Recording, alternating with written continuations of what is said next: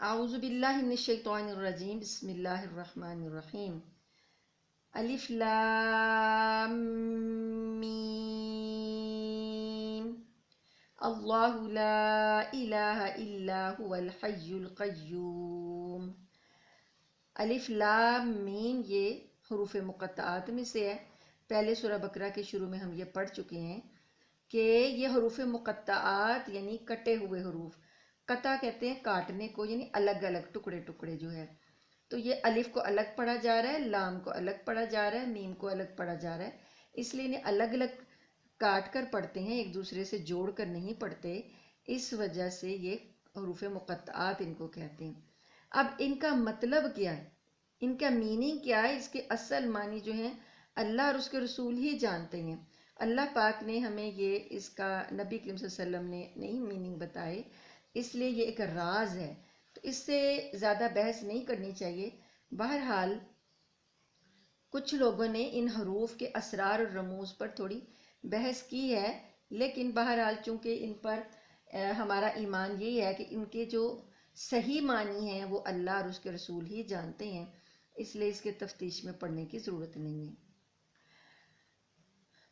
آگے ہے اللہ لا الہ، اللہ وہ ہے، لا نہیں، الہ کوئی معبود، الا مگر، ہوا وہی، اللہ وہ ذات ہے کہ اس کے سوا کوئی معبود نہیں، هو الحی وہ زندہ ہے، القیوم قائم رہنے والا ہے، قائم رہنے والا سب کو سنبھالنے والا ہے۔ اللہ وہ ذات ہے جس کے سوا کوئی معبود نہیں، وہ زندہ اور قائم رہنے والا ہے۔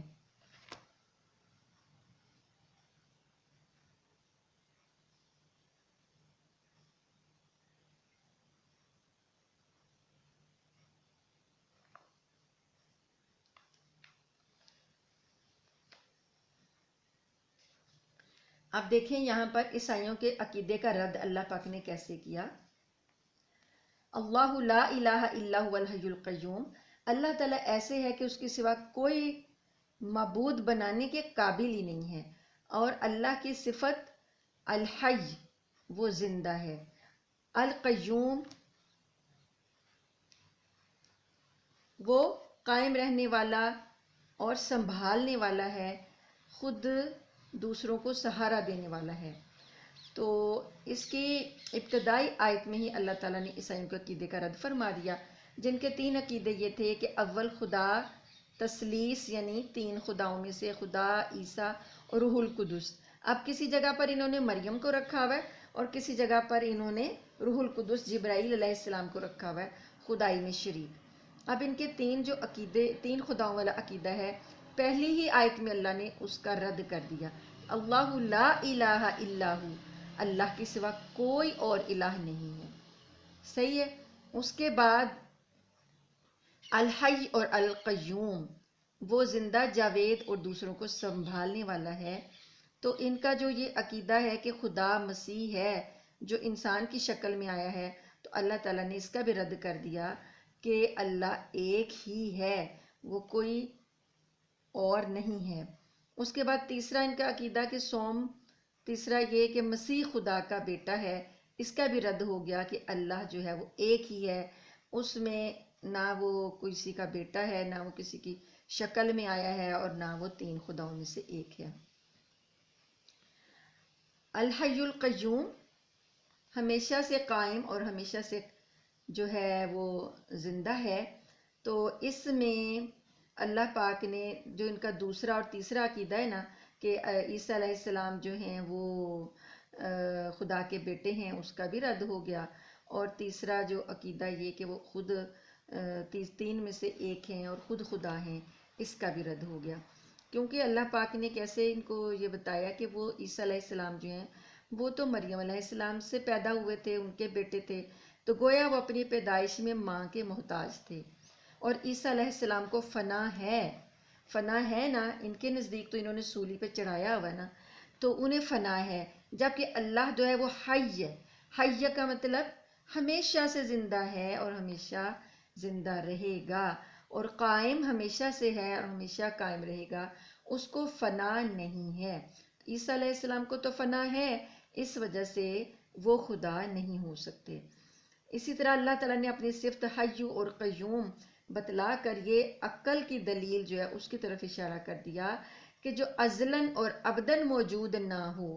عیسیٰ ظاہر ہے جب تک وہ پیدا نہیں ہوئے تھے تو وہ موجود نہیں تھے، وہ مریم علیہ السلام سے پیدا ہوئے ہیں، تو جب وہ پیدا نہیں ہوئے تھے تو تب وہ کہاں تھے؟ جب وہ دنیا میں پیدا نہیں ہوئے تھے مریم علیہ السلام کے ذریعے، تو پھر وہ کہاں تھے؟ گویا کہ وہ موجود نہیں تھے۔ اب جب وہ موجود نہیں تھے تو گویا وہ خدا نہیں ہو سکتے۔ خدا کی صفت جو ہے وہ ازلاً ابداً ہمیشہ سے وہ ہے اور وہ ہمیشہ رہے گا، تو یہ خدائی صفت جو ہے ان میں نہیں پائی جاتی۔ یہ ان کے تینوں عقیدوں کا اللہ پاک رد اسی ایک آیت میں کر رہے ہیں۔ اور آگے بھی اس کے دیکھیں کہ اللہ تعالیٰ یہ بھی فرماتے ہیں کہ وہ شخص جو اپنی پیدائش کے لیے محتاج ہے، جو اپنی حفاظت کے لیے محتاج ہے، جب وہ چھوٹے بچے تھے تو ان کو ان کی ماں نے پالا، تو اب وہ ماں نے ہی ان کی حفاظت کی، تو ایک ایسی ذات جو کہ اپنی پیدائش کے لیے بھی محتاج ہے، جو کہ اپنی حفاظت کے لیے بھی دوسرے کی محتاج ہے، وہ کیسے خدا ہو سکتی ہے؟ تو یہ عقلی دلائل ہیں عیسیٰ علیہ السلام کو جو وہ خدا مان رہے ہیں اس کا رد کیا جا رہا ہے عقلی دلائل سے، کہ ایسی شخصیت جو ہے وہ خدا نہیں ہو سکتی، کیونکہ وہ اپنی پیدائش کے لیے بھی محتاج ہے، اپنی حفاظت کے لیے بھی، پرورش کے لیے بھی ان کو ان کی ماں نے پالا تھا، اور اللہ نے ان کو پیدا کیا تھا، اور اس کے بعد ان کے بقول کے وہ سولی پر بھی چڑھا دیے گئے، تو پھر وہ خدا نہیں ہو سکتے۔ یہ تو خدائی کا جو مرتبہ ہے، خدائی کا جو ایک درجہ ہے، اس میں کوئی نقص نہیں ہونا چاہیے۔ تو اللہ تعالیٰ جو ہے وہ واحد خدا ہے، کیونکہ وہ ہمیشہ سے زندہ حی ہے اور قیوم، ہمیشہ سے قائم رہنے والا ہے۔ اب یہ تو ہیں عقلی دلائل۔ آگے اللہ تعالیٰ توحید کی جو نقلی دلائل ہوتے ہیں، نقلی کا مطلب ہے کہ آپ جو بات کرتے جاؤ اس کا اللہ تعالیٰ رد کرتے جائیں، وہ ذکر کیے جا رہے ہیں۔ نزل علیک الکتاب بالحق مصدقا لما بین یدیہ وانزل التوراۃ والانجیل۔ اب اللہ کون ہے؟ اللہ اپنا تعارف کروا رہے ہیں۔ پہلے اللہ نے اپنے تعارف میں 3 باتیں کی کہ وہ الہ ہے، صرف اکیلا اللہ۔ اللہ کا مطلب ہے کہ اکیلا وہی، لا الہ کوئی معبود نہیں، اللہ مگر وہی، وہ ایک ہے۔ اس کے بعد اللہ نے اپنی 2 صفات بتائیں، حی اور قیوم، ہمیشہ سے زندہ رہنے والا، ہمیشہ سے قائم رہنے والا، اس کو کوئی کسی قسم کا زوال نہیں ہے، کسی قسم کا اس کو فنا نہیں ہے۔ اب اللہ تعالیٰ فرماتے ہیں کہ وہ ذات نزل علیک الکتاب، اسی ذات نے آپ کے اوپر نازل کی کتاب، بالحق حق کے ساتھ، مصدقاً تصدیق کرتی ہے، لما بین یدیہ جو اس سے پہلے ہے۔ کس سے پہلے؟ قرآن سے پہلے، اس کلام سے پہلے جو بھی کتاب ہے، جو بھی اللہ کا کلام آیا ہے، یہ کلام اس کی تصدیق کرتا ہے۔ اب پہلے جو چیزیں نازل ہوئیں ان کے اللہ پاک نے نام بھی لے دیے، وَأَنزَلَ التَّوْرَاةَ وَالْإِنجِيلَ، اور وہی رب، وہی ذات، یہ وہی اللہ کا کلام ہے جو اس سے پہلے تورات اور انجیل کو نازل کر چکا ہے۔ اب یہ انجیل کو تو مانتے تھے اور تورات کو بھی مانتے تھے عیسائی، تو اللہ تعالیٰ یہاں پر وہ تعارف کروا رہے ہیں کہ ان کی عقل میں بھی بات آ جائے اور ان کے اعتراض بھی جو ہیں وہ رد ہو جائیں، کہ وہ رب جس نے انجیل نازل کی، یہ وہی رب جو ہے اس وقت قرآن نازل کر رہا ہے، اور یہ قرآن حق کے ساتھ آپ کے اوپر نازل کیا گیا ہے۔ من قبل، اس سے پہلے، یعنی اس قرآن سے پہلے، ہدی للناس، یہ ہدایت تھی لوگوں کے لیے۔ کیا ہدایت تھی؟ تورات اور انجیل، یہ ہدایت کا سامان تھی اس سے پہلے، قرآن سے پہلے۔ ہدن ہدایت تھی، للناس لوگوں کے لیے، وانزل الفرقان، اور اللہ نے نازل کیے معجزے، انزلہ بھیجے یا نازل کیے، الفرقان معجزے، معجزات اللہ نے اس سے پہلے نازل کیے۔ تو اب ان لوگوں کو اگر اللہ کو یہ مانتے ہیں تو اس دلیل سے یہ بات سمجھ آنی چاہیے کہ وہ رب جو تورات اور انجیل کو نازل کر رہا ہے وہی رب اس وقت قرآن پاک کو نازل کر رہا ہے، اور تورات اور انجیل اس قرآن سے پہلے ہدایت تھیں، تو آج قرآن ہدایت ہے لوگوں کے لیے۔ اس سے پہلے اللہ نے جو معجزے نازل کیے تو آج اس نبی کریم صلی اللہ علیہ وسلم کو کے ذریعے معجزے اللہ پاک نازل کر رہے ہیں۔ یہ ہیں نقلی دلیلیں۔ نقلی دلیل یہ کہ فطری اصول بیان کیے نا اس میں، کہ وہ رب جو پہلے سے یہ سلسلہ چلا رہا ہے ہدایت کا، اب بھی یہ سلسلہ اسی رب نے چلایا ہے، اور وہ ذات و صفات باری تعالیٰ جو اللہ تعالیٰ کے اصول ہیں کہ رسالت، اللہ تعالیٰ کے جو مضامین انجیل میں بیان ہوئے اس میں بھی وہی بیان ہو رہے ہیں کہ اللہ تعالیٰ کی ذات اور صفات کا ذکر ہے، حشر نشر کا ذکر ہے کہ قیامت آئے گی، اور رسالت انبیاء کا ذکر ہے، جزا سزا کا قانون ہے۔ یہ سب چیزیں انجیل میں بھی ہیں، تورات میں بھی ہیں، اور اب قرآن پاک میں بھی ہیں۔ یہ ساری باتیں جو ہیں اس بات کی علامت ہیں کہ عیسیٰ علیہ السلام خدا نہیں ہے، خدا کوئی اور ذات ہے جو کہ عیسیٰ کو بھی نبی بنا رہی ہے، اور اب اس وقت انہوں نے محمد صلی اللہ علیہ وآلہ وسلم کو نبی بنا کر بھیجا ہے۔ اگلی آیت ہے ان الذین کفروا بآیات اللہ لہم عذاب شدید واللہ عزیز ذو انتقام۔ ان الذین، بے شک وہ لوگ جو کفروا انکار کرتے ہیں، کفر کیا انہوں نے، بآیات اللہ اللہ کی آیتوں کا، لہم ان کے لیے، عذاب شدید عذاب دردناک سخت ہے، واللہ اور اللہ عزیز غالب ہے، ذو انتقام زبردست ہے، غالب ہے، بدلہ لینے والا ہے۔ اب جو منکر ہیں، کافر ہیں اللہ کی نازل کردہ ہدایت کے، اللہ کی نازل کردہ کتابوں کے، جو منکر ہیں کافر ہیں، ان کے لیے اللہ نے فرمایا کہ عذاب سخت ہے۔ اب یہ عیسائیوں کی تردید کے لیے اللہ نے ایک عقلی دلیل اور دی کہ اللہ تعالیٰ کی جو آیتوں کا انکار کریں گے ان کے لیے جو شدید عذاب ہے، اس سے کوئی تعجب نہیں ہے، اس سے کوئی بعید نہ سمجھے کہ اس میں کوئی عجیب بات کر رہے ہیں، کیونکہ اللہ تعالیٰ زبردست غالب قدرت والے ہیں، انتقام لینے والے ہیں، تو غلبہ کی وجہ سے اللہ تعالیٰ کو عذاب دینے پر قدرت حاصل ہے۔ تو ایسے مجرموں کو اللہ سزا دیے بغیر نہیں چھوڑے گا جو اس کی آیتوں کا انکار کریں۔ اب یہ چیز جو ہے، یہ والا درجہ جو ہے ظاہر ہے مسیح علیہ السلام میں نہیں پایا جاتا۔ مسیح علیہ السلام جو ہیں ان اپنی آیتوں کا انکار کرنے والوں کو عذاب دینے پر قدرت نہیں رکھتے تھے، بلکہ وہ تو خود سولی چڑھ گئے، تو وہ اپنی آیتوں کا انکار کرنے والوں کو عذاب سزا کیا دیتے، وہ تو خود سزا دیے گئے۔ تو اللہ تعالیٰ ان کے عقلوں میں یہ بات ڈالنا چاہ رہے ہیں کہ تو یہ کیسی عقل ہے کہ وہ اللہ جو ہے جو اپنی آیات کا کفر کرنے والوں کو عذاب دینے پر قادر ہے، ان سے انتقام لینے پر قادر ہے، اس کو چھوڑ کر تم ایک کمزور ہستی کو، مسیح کو، عیسیٰ علیہ السلام کو خدا بنا رہے ہو، جو کہ یہ کام کر ہی نہیں سکتا۔ تو یہ واضح ایک نادانی ہے جس میں یہ مبتلا ہیں عیسائی۔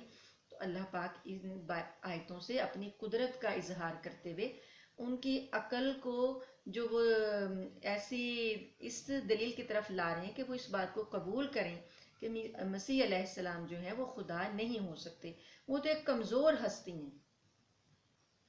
ان اللہ لا یخفی علیہ شیء، اب اللہ تعالیٰ اپنی ایک اور قدرت بتا رہے ہیں، بے شک اللہ تعالیٰ لا یخفی نہیں چھپی علیہ اس کے اوپر، شیء کوئی چیز، فی الارض زمین میں، ولا فی السماء اور نہ آسمان میں۔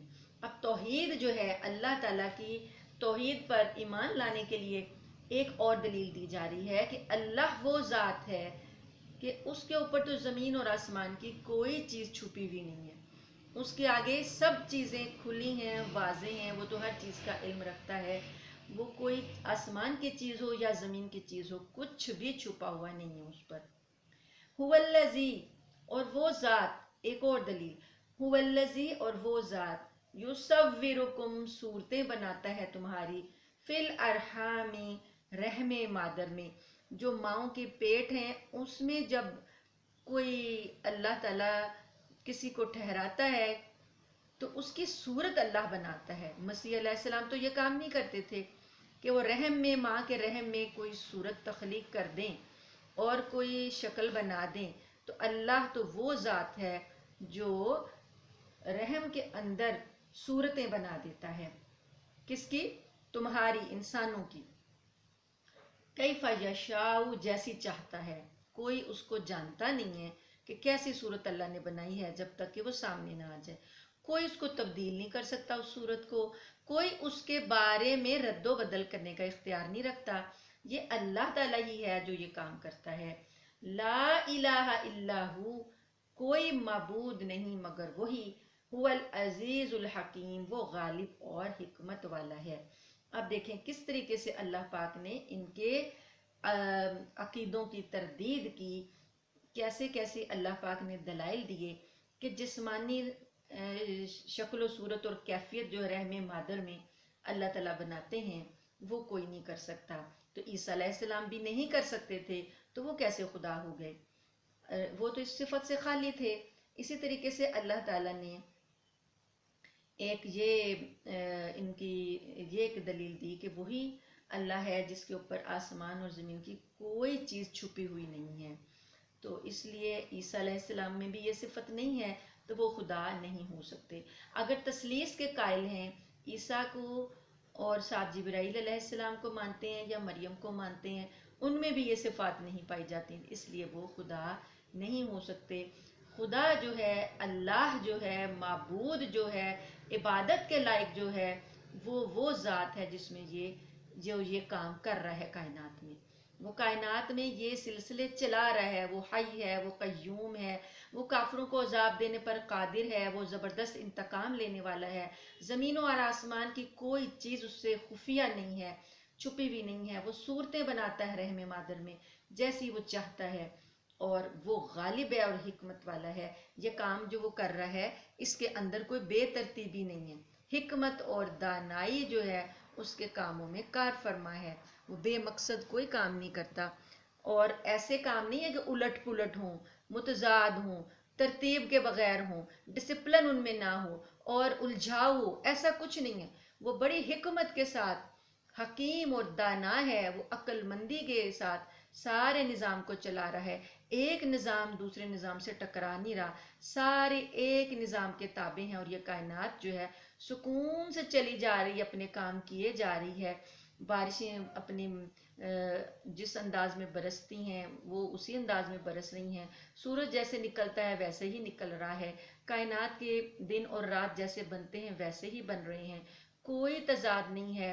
بچے کی پیدائش جیسے ہونی ہے ازل سے ویسے ہی ہو رہی ہے، کوئی اس میں فرق نہیں آیا، اور انسان کی فطرت میں بھی کوئی فرق نہیں آیا، اور جنگلوں اور پہاڑوں اور جمادات اور حشرات اور نباتات اور درندوں کی فطرت میں بھی کوئی فرق نہیں آیا۔